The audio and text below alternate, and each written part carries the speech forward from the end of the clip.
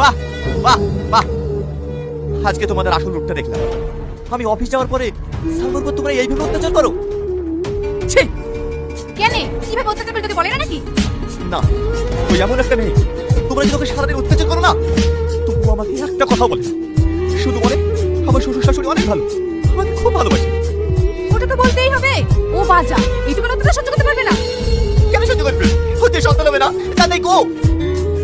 না না, তোর বউকে তাই হতে যাবে। কপাল তো আমাদের খারাপ, জীবনে নাতি নাতনির মুখ দেখতে পারবো না। আরে তোমার ছেলে নাতি মুখ দেখাবে না বলে তাই মেয়েকে বিয়ে করেছে, এটা আফসোস করা কি আছে? আসো ঘরে আসো।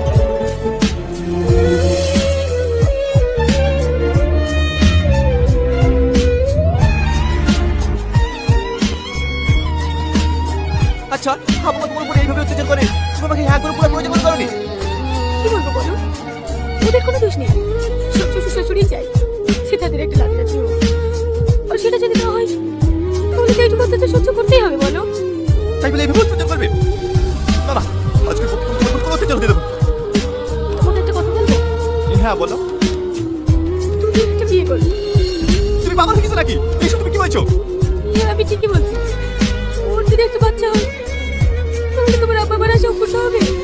ওর তোমাকে আব্বা বলেও ডাকবে। আমার বাপ ডাকশোর কোনো দরকার নেই, আমি তোমাকে ভালোবাসি, তুমি থাকলে আমার হয়ে যাবে। তাড়াতাড়ি রেডি হলাম, এক জায়গায় যেতে হবে। কোথায় যাবা? একটা ভালো ডাক্তারের সন্ধান পেয়েছি, ওখানে তোমাকে নিয়ে যাবো।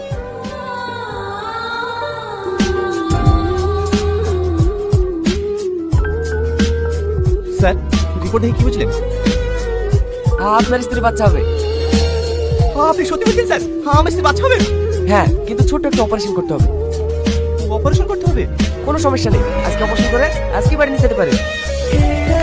ঠিক আছে ডাক্তারবাবু, আপনি অপারেশন করার ব্যবস্থা করুন। ঠিক আছে।